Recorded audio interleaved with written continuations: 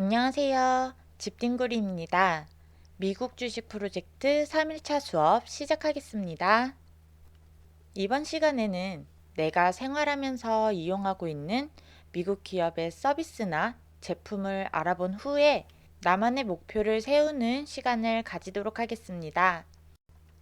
요즘은 글로벌 시대이고 해외 직구와 구매 대행으로 해외에 있는 물건을 한국에서 사용할 수 있는 시대입니다.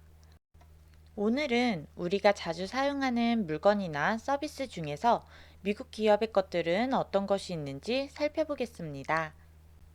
이 상품 아시나요? 어느 회사의 물건일까요? 이미 상품에 적혀 있죠. 바로 코카콜라의 상품입니다. 코카콜라는 세계 최대의 음료 회사로 1919년에 설립되어 아직까지도 사랑받고 있는 회사입니다. 이건 어느 기업의 상품일까요? 로고만 보아도 알 수 있을 거예요. 바로 맥도날드의 상품입니다. 1955년에 창립되었고 각 나라의 입맛에 맞게 햄버거를 만들면서 전 세계에 매장을 둔 글로벌한 회사입니다. 그럼 혹시 이 제품들은 어느 회사의 물건인지 아시나요? 다우니, 팸퍼스, 헤드앤숄더, 질레트 등의 제품을 생산하는 회사예요. 바로 프록터앤갬블이라는 회사의 제품입니다. 저는 이 회사를 모른다고 생각을 했는데 팔고 있는 물건을 보니까 제가 한 번씩 써봤던 물건들이더라고요. 그러면서 생각보다 내 생활 속에 미국 회사들의 제품이 많이 있구나를 느꼈어요. 그 외에도 내가 생활하면서 이용한 제품들이 아주 많이 있을 거예요. 그러면 이번에는 우리가 물건을 사면 어떤 일이 생기는지 살펴볼게요. 제가 샴푸가 필요해서 샴푸를 하나 샀어요. 그러면 샴푸 회사는 돈을 벌게 되겠죠. 회사는 번 돈을 샴푸 회사의 주식을 가지고 있는 사람들에게 지분을 가진 만큼 나눠줍니다. 제가 마침 이 샴푸 회사의 주식을 가지고 있다면 저는 배당금을 받게 되겠죠. 생활에 필요한 물건을 샀는데 그 돈이 다시 나에게 돌아왔어요. 정말 즐거운 일이죠. 돈을 쓰면서 돈을 받고 있습니다. 제가 코카콜라와 스타벅스의 주주인데 스타벅스를 볼 때마다 코카콜라의 광고를 볼 때마다 기분이 좋아지는 이유도 바로 이것 때문입니다. 바로 이것이 배당의 맛이죠.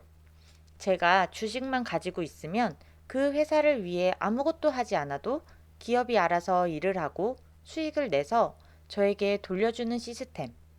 이 시스템을 알고 계속해서 투자하시는 워렌 버핏 할아버지께서는 7살부터 주식을 시작하지 않은 것을 후회하셨다고 해요.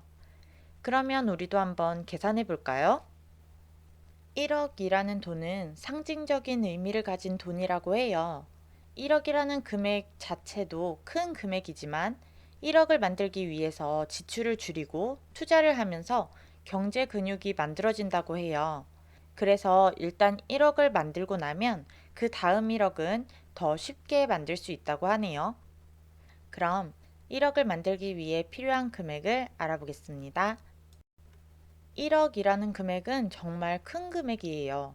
너무 막연한 이 금액을 더 자세하게 쪼개서 한 달에 얼마, 하루에 얼마를 모아야 1억을 만들 수 있는지 계산해 보겠습니다. 넉넉하게 10년이라는 기간을 잡아볼게요. 10년 후에 1억이 되려면 1년마다 1000만 원을 모아야 해요. 그리고 그 1000만 원을 만들기 위해서는 매달 84만 원을 모아야 합니다. 한 달에 84만 원을 만들기 위해서는 매일 2만 8천 원을 모아야 하죠. 이렇게 3만 원 정도의 금액을 매일 저축하면 10년 후에 1억이라는 돈을 가질 수 있습니다. 그럼 이번에는 같은 금액으로 투자를 하면 얼마나 걸리는지 확인해 볼게요. 아까와 마찬가지로 매달 84만 원을 모아서 1년에 1000만 원을 투자한다면 7년 후에 1억을 만들 수 있습니다. 3년이라는 시간이 단축되었어요. 이렇게 더 빠른 시간에 같은 1억을 모을 수 있는 이유는 10%의 수익률 때문입니다. 그럼 이 10%는 어디에서 나온 수익률일까요? 미국 S&P 500의 평균 수익률은 매년 평균적으로 10%의 상승을 보이고 있어요. 미국의 나스닥 같은 경우 최근 10년 동안 20%의 수익률을 가지고 있죠. 심지어 애플의 경우에는 주식의 가격이 2020년에만 2배가 올랐어요. 무려 100%의 수익을 낸 것입니다. 앞 페이지에서 제가 1억을 만들기 위해서 연평균 10%의 수익을 낸다는 가정으로 계산을 했는데요. 저축을 했을 때는 10%의 수익률이 나올 수가 없죠. 하지만 투자를 해서 10%의 수익률을 낸다는 것은 충분히 가능한 일입니다. 수익률 10%, 너무 높게 잡은 것 같다고 생각하시는 분들을 위해 구체적인 도표를 보여드릴게요. 지금 보시는 그래프는 다우존스의 연 수익률입니다. 이건 S&P 500의 연 수익률이고요. 나스닥의 연 수익률입니다. 딱 봐도 상승하는 초록색 막대기가 빨간색 막대기보다 많은 것을 아실 수 있을 거예요. 이건 S&P 500의 연평균 수익률을 나타내는 그래프인데요. 그래프를 보시면 빨간 막대기보다 파란 막대기가 더 많다는 것을 알 수 있어요. 10%의 수익률은 연평균 수익률이기 때문에 무조건 10%의 수익을 내는 것은 아니에요. 어떤 해에는 평균보다 많이 오를 수도 있고 어떤 해에는 평균보다 떨어질 수도 있어요. 평균적으로 10% 상승이라는 뜻이에요. 이 그래프는 S&P 500을 그대로 추종하는 ETF SPY의 차트입니다. 우측으로 가면서 상승하는 모습이 보이시죠? 아래 S&P 500 지수의 10년 수익률에서 초록색 창을 보시면 10년 동안 179% 성장했다는 것을 알 수 있어요. 단순하게 생각해도 연에 10%는 간단히 수익을 낸다는 것을 확인할 수 있습니다. 10년간 거의 180%의 수익을 냈으니까요. 연에 10%라는 것이 그냥 들었을 때는 말도 안 되게 높아 보이지만 막상 자료를 보시면 정말 보수적으로 잡은 수치라는 것을 알 수 있어요. 물론 매해 상승하진 않겠지만 그것을 보완하기 위해 우리는 장기 투자라는 도구를 이용하는 것입니다. 시간을 이용하면 몇 번 안 되는 하락장마저 내 것으로 만들 수 있는 힘이 생기거든요. 그러면 같은 금액으로 저축을 했을 때와 투자를 했을 때 어떻게 차이가 나는지 그래프를 보며 설명해 드릴게요. 빨간색 선이 차곡차곡 저축을 했을 때 나타나는 그래프이고 파란색 선이 투자를 했을 때 나타나는 그래프입니다. 그래프를 보시면 시간이 지날수록 두 선의 차이가 확실하게 나는 것을 볼 수 있어요. 내가 현금이라는 자산을 가지고 있는 것과 주식이라는 자산을 가지고 있는 것이 이렇게 차이가 나는 것이죠.